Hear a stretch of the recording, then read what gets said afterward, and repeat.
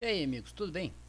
Pra quem não sabe, caiu de paraquedas nesse vídeo, meu nome é Giovanni e eu tô fazendo uma sériezinha de vídeos de como criar mapas de uso do solo e gabaritos através do ArchiCAD ao mesmo tempo que você gera as geometrias. Então, recomendo, caso você não tenha assistido os vídeos anteriores, voltar nessa playlist e acompanhar desde o início ou ir pulando de acordo com o que você já sabe mexer. Aqui então o que a gente fez? A gente já criou todos os nossos favoritos, né, de parede aqui para criar os nossos volumes de acordo com os tipos de uso do solo e, né, variando também a altura dos edifícios, de acordo com o mapa de gabaritos que a gente vai fazer. Agora, como é que eu faço para aplicar as canetas criadas e as superfícies criadas nesses objetos segundo, né, o tipo deles? A gente vai criar regrinhas de sobreposição gráfica. Como é que eu faço isso? Aqui no cantinho embaixo, você já consegue visualizar qual é, né, a regra de sobreposição, o conjunto de sobreposições que você está aplicando. Nesse nosso caso aqui, está sem sobreposição, tudo bem. Eu posso clicar nesse ícone e aqui eu tenho acesso a todas as sobreposições padrões já do ArchiCAD, mas eu posso criar uma nova. Outra forma, né, mais fácil aqui de se encontrar também pode ser opções, documentação, sobreposição gráfica, combinação, sobreposição gráfica. Então a gente vai criar uma combinação nova aqui que vai se chamar 00 espaço mapa de usos. Então o que a gente vai fazer? No mapa de uso a gente vai criar essas regras de sobreposição de acordo com os usos do nosso terreno. Vou clicar aqui em editar regras, porque a gente ainda não tem elas criadas. E aqui você consegue ver todas as regrinhas já existentes no ArchiCAD. Vou subir aqui, vou clicar em novo, que a intenção é criar uma regra nova. Vou colocar 00 para ela ficar lá no topo. Vou dar um espaço e um risquinho. E vou colocar residencial. Enter. Beleza, pessoal. Como que funcionam as regras de sobreposição gráfica do ArchiCAD?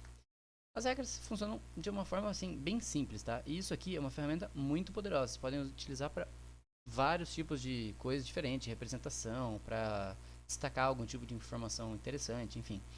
O que a gente vai fazer? A gente vai estabelecer critérios de seleção, né, para o ArchiCAD, dizer para ele o que ele quer, o que a gente quer que ele substitua e aqui, desculpa, o que a gente vai aplicar substituições, aonde, em que ferramentas e elementos, e aqui o que ele quer, o que a gente quer substituir. Pode ser só elementos do 2D, né, como linha e a trama, né, que é a Ashura, ou também pode ser a superfície do 3D que a gente vai enxergar. Então vamos lá. Tipo de elemento é o primeiro critério que ele já veio adicionado aqui. Eu posso dizer que é ou não é. Nesse caso aqui eu vou deixar que é. E posso colocar, por exemplo, parede, malha. O problema de usar parede ou malha é que eu vou ter várias paredes no meu projeto. Eu vou ter outros tipos de malha que não são exatamente o que eu quero utilizar aqui. Então eu vou deixar todos os tipos aqui e vou adicionar um novo parâmetro, tá? Qual é o parâmetro então? Eu vou pela classificação do ArchiCAD. Eu quero dizer para ele que eu só quero utilizar essas regras nos elementos, tá? Que tiverem a classificação. Aí eu vou colocar classificações de ArchiCAD e adicionar. Ele vai adicionar esse parâmetro aqui e eu vou dizer que clico aqui, massa, edifício do entorno. Só que, para alguns casos, como por exemplo aqui a área verde pública, eu também vou precisar acrescentar é, uma outra classificação que seria, né, o geometria do terreno. Mas isso a gente faz mais para frente conforme a necessidade. Então beleza, já disse para ele que eu quero pegar todos os tipos que estiverem classificados como edifícios do entorno. Vou, né, aqui para a parte de estilo sobreposição. O tipo da linha eu não quero trocar, vou deixar uma linha no 2D lá, que é uma linha contínua mesmo. Posso deixar desabilitado. A caneta, eu vou deixar a caneta 1 porque ela geralmente é mais fina e preta, tá? Então eu vou deixar 0,10 mesmo, porque esse contorninho para mim não importa. E o que importa para mim no 2D vai ser o tipo de trama. Então o que eu vou fazer? Eu vou pegar o tipo de trama. Aqui está com tijolo comum, eu vou colocar uma trama sólida, porque eu só quero uma cor realmente. Se você quiser uma cor com um pouquinho mais de transparência para chegar aqui embaixo, você tem essas três opções aqui: 75, 50 e 25%. Eu vou deixar uma trama sólida. Ignore esse mostrador de camada, que é relativo aos perfis, né, das paredes. No nosso caso, não precisa se preocupar. E aqui do lado você vai ter para que tipo de trama de superfície você vai aplicar isso. Só quando está sendo cortado, você só vai sobrepor as paredes que estão sendo cortadas? Ou também, né, o que tiver em vista e tramas de desenho ali que você pode aplicar?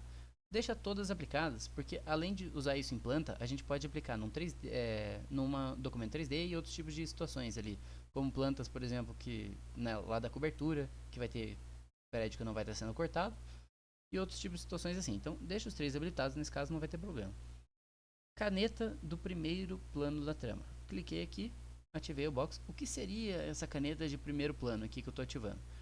Quando a Ashura, né, os íconezinhos do ArchiCAD ajudam muito a gente. Quando é uma Ashura, né, com algum triângulo desenhado ou uma grelha, essas linhas da frente aqui do desenho da Ashura, elas são o primeiro plano da trama. Então, se eu quiser colocar uma cor específica, eu coloco.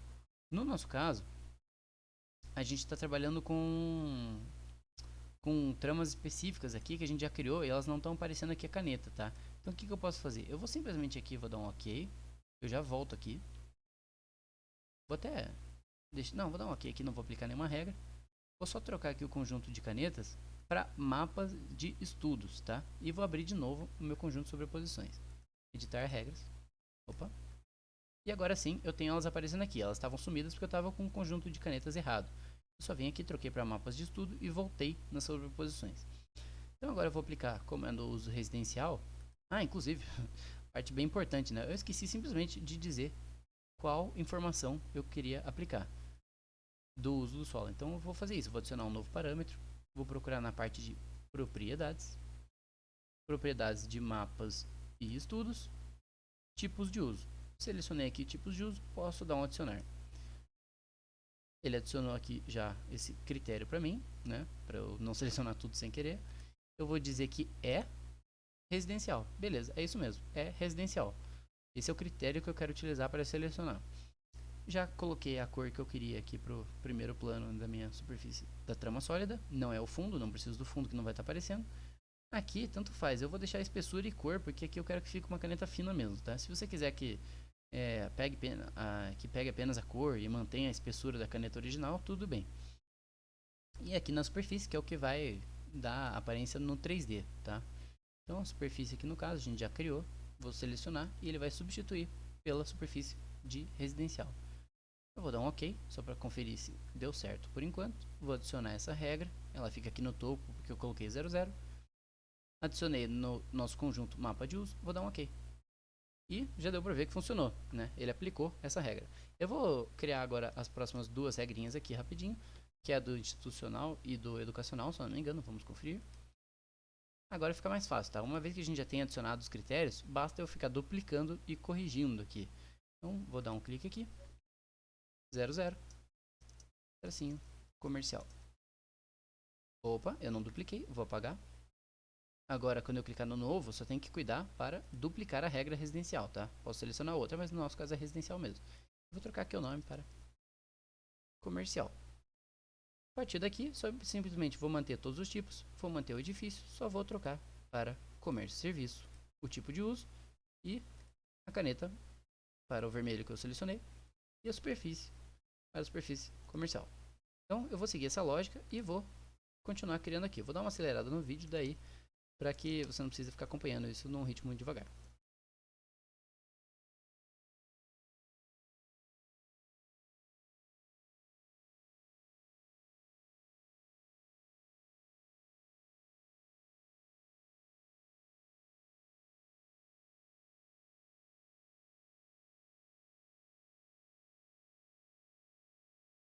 Pessoal, só desacelerando agora rapidinho, eu vou adicionar essas poucas regras que eu criei agora, só pra gente visualizar ali naqueles prédios que a gente já tinha feito, né? Está dando certo, beleza, aplicou.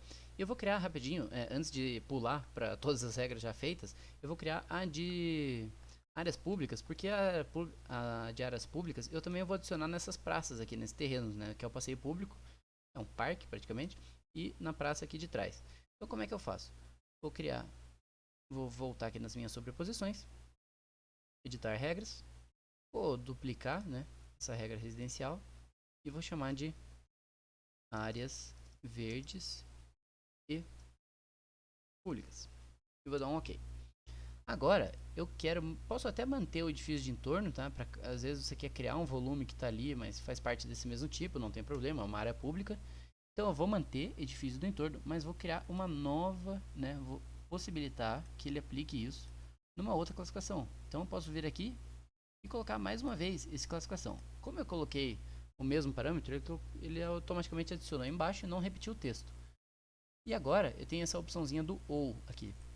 Você pode até mudar para E, mas não faz sentido nenhum, porque eu só vou classificar ele como ou edifício de entorno, ou elemento de, ou eu vou colocar aqui terreno de entorno. Então, coloquei aqui as duas possibilidades, né, que pode ser que esteja. Vou colocar E e vou dizer que ou, né, não E. Então, ele vai pegar todos os tipos, vai ver é edifício de entorno ou terreno de entorno. Se sim, ele vai olhar aqui qual é o tipo de uso. Se for área verde espaço público, ele vai aplicar a caneta verde que eu criei para ele e a área verde pública aqui. Vou dar um OK, vou adicionar essa regra e vou dar um OK aqui.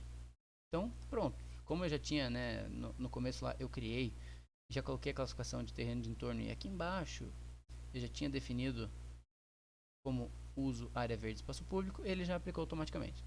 Então é isso, pessoal.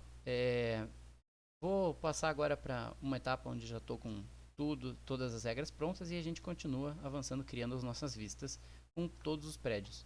Só antes, né, rapidinho, eu vou mostrar por que é importante fazer as regras antes, tá? A partir de agora, conforme eu volte aqui, eu posso ativar meu rastreamento de referência, conforme já ensinei.